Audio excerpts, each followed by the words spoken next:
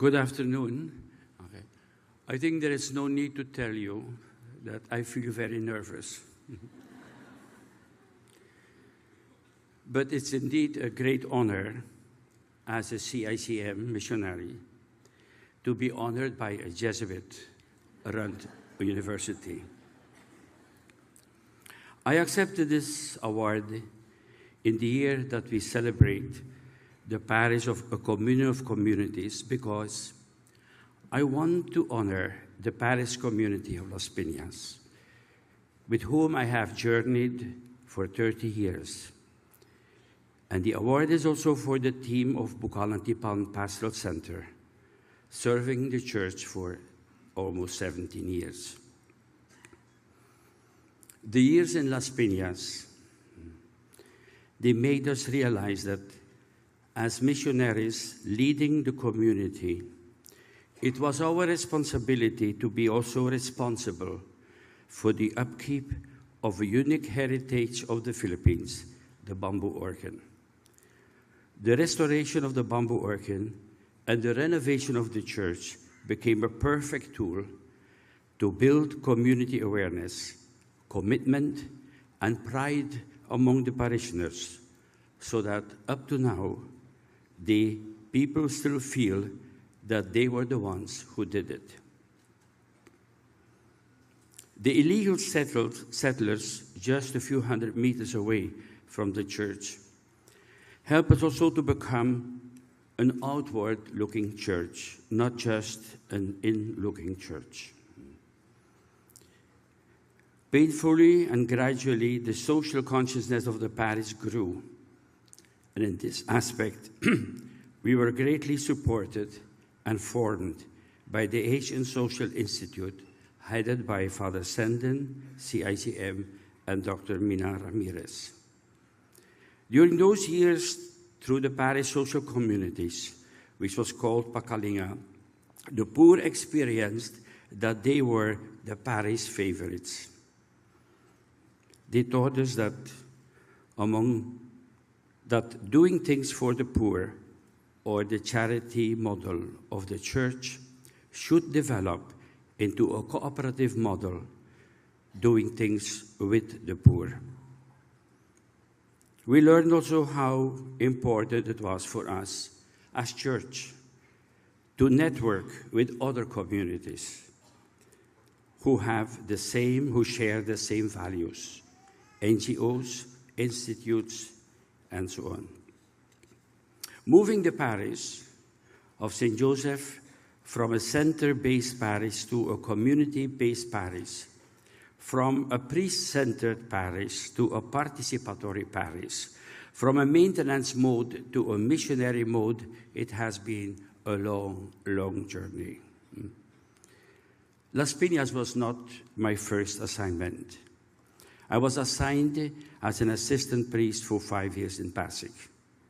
And I remember seeing only a small percentage of people being active in the mandated organizations. In the morning, some people were wearing a blue uniform. In the afternoon, the same persons would wear a brown one. Even then, the question that lingered in my mind was already, is there another way to organize a parish so that every baptized person, not just a few, can experience that they are church, and preferably where they live? Not finding the answer, I went to Mindanao, to Malboal and Cebu, to Tagbilaran, to learn from pastors and the community. And every time I came home, I was so excited, and I started preaching and teaching about what I have seen and about what I have witnessed, a new way of being church.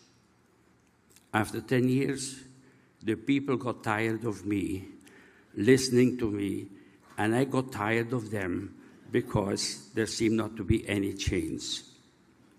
Later on, I realized that there was nothing wrong with the people, but that there was something wrong with me. I realized that I have been dreaming for the people and not with the people. The next decade was a decade of trying, failing, and learning, and using different strategies. What kept us going was our dream of becoming a participatory church in the world and for the world. At the beginning of my third decade as parish priest, I invited Stella Padilla, a full-time pastoral worker, to join me to Lumco in South Africa. There we were affirmed in our vision, the what. But what we learned there was the how. It was like a new Pentecost for us when we came back. We saw the need to contextualize what we had learned in South Africa. And in due time, right before our eyes, we saw the mushrooming of small Christian communities. The skills made the difference. The 99s were our golden years of parish building when communion of communities became a reality. Young, creative, and committed people belonging to the community of living water created a new wave. They discovered new means of evangelizing the people. Committed young leaders wanted to pursue the dream of making our church a participatory church in the world. In 1999, the CICM decided to turn over the parish to the diocese. I was then 65 years old.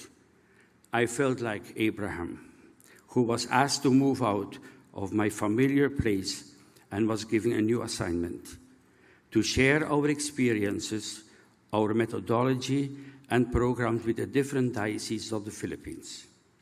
Reflecting upon our mission in our new center, Mary Hill in Taytay, the name of Bukas was born.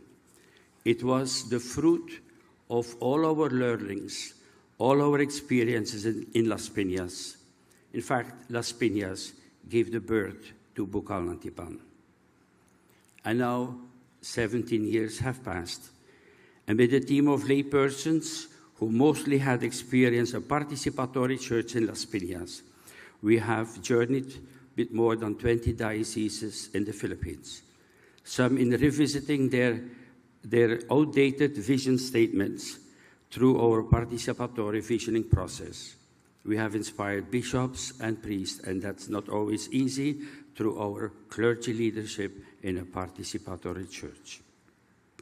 We were also privileged during the past 8 years to dialogue with churches in Germany and Austria, and to inspire them to dream again about their church, to discover the German face of Jesus. Because of that, a national movement in Germany was organized called a local church development. Sometimes we are asking ourselves the question, how effective, how necessary, how powerful, how life-giving are small Christian communities? We were blessed with an answer in the Diocese of Haro, where we have journeyed with their diocese and communities. Naburot was one of the most devastated islands by Typhoon Haiyan. But the real spirit of the BEC proved that a community can rebuild itself in a record time. After the typhoon destroyed their houses, their boats, their chapel, they said, let us start with what Haiyan was not able to destroy. Haiyan destroyed our community center, but not our community spirit. Haiyan destroyed our chapel, but not our faith.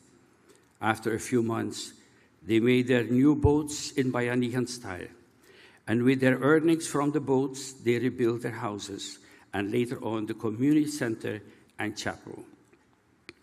When I witnessed the energy of the small Christian communities, I felt like joining the prayer of Zechariah.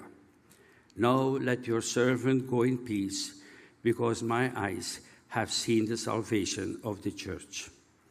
But then I added, Lord, I am not in a hurry. I would also like to thank Leo Renier, with whom I have journeyed for almost 25 years, by being, living, and witnessing as a community, as a team, reminding us all the times that we cannot ask people to become a community if we ourselves do not live as a community. Thank that we receive this award in the year we celebrate the parish, a community of communities, is indeed an honor. And may this award also be a challenge for the Bukalantipan team to make communion of communities in mission their framework beyond 2017, beyond 2021, so that parishes might be able to move from a maintenance mode to a missionary